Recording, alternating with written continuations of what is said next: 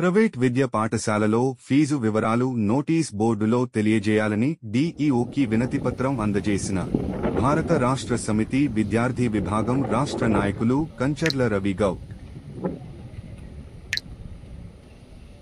ఈరోజు భారత రాష్ట్ర సమితి విద్యార్థి విభాగం ఆధ్వర్యంలో జిల్లా విద్యాధికారిని కలవడం జరిగింది. ముఖ్య ఉద్దేశం జిల్లా వ్యాప్తంగా ఉన్న ప్రైవేట్ పాఠశాలలో ఫీజు నియంత్రణ చట్టంలో భాగంగా ఫీజు బోర్డు ఏర్పాటు చేయాలని ఈరోజు జిల్లా విద్యాధికారికి వినతిపత్రం ఇవ్వడం జరిగింది.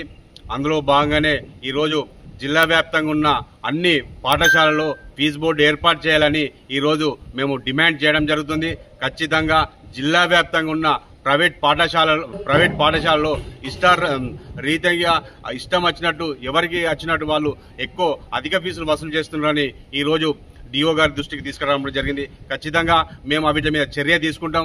రాష్ట్ర ప్రభుత్వానికి దీని మీద మేము ఫీజు బోర్డులు ఏర్పాటు చేయాలని మేము పై అధికారులకు పంపడం జరుగుతుందని చెప్పడం జరిగింది. అలాగే కింది స్థాయి ఎంఈఓలకు కూడా ఖచ్చితంగా అన్ని పాఠశాలలో ఖచ్చితంగా ఫీజు బోర్డు ఏర్పాటు చేస్తామని మన డిఓ గారు చెప్పడం జరిగింది. ఖచ్చితంగా మేము ఈ రోజు నుండి ఖచ్చితంగా ఏర్పాటు చేయాలి, లేకపోతే భారత రాష్ట్ర సమితి విద్యార్థి విభాగం ఆధ్వర్యంలో ఆందోళన కార్యక్రమం సిద్ధంగా ఉన్న సందర్భంగా చెల్లడం జరుగుతుంది. నిజంగా పేద విద్యార్థులు ఎంతో మంది ఉన్నత చదువులు చదువుతున్నారు కాబట్టి వాళ్ళు ఎక్కువ ఫీజులు వసూలు చేయడం జరుగుతుంది.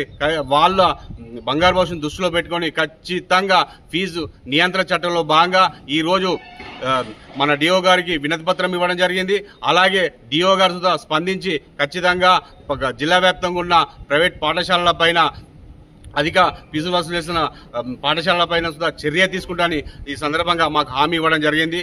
అన్ని ఉన్నంత ఇప్పుడు ఎంఈఓలకు వాళ్ళు ఖచ్చితంగా అన్ని పాఠశాలలో ఫీజు నియంత్రణ చట్టంలో భాగంగా ఫీజు బోర్డులు ఏర్పాటు చేస్తామని మాకు హామీ ఇవ్వడం జరిగింది.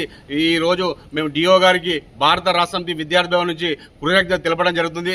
లేకపోతే వారం 10 రోజుల్లో ఖచ్చితంగా అన్ని పాఠశాలలో ఫీజు బోర్డు ఏర్పాటు చేయాలి, లేకపోతే భారత రాష్ట్ర సమితి విద్యార్థి విభాగం ఆధ్వర్యంలో ఆందోళన కార్యక్రమంతో సిద్ధంగా ఉన్నామని సందర్భంగా తెలియడం జరుగుతుంది.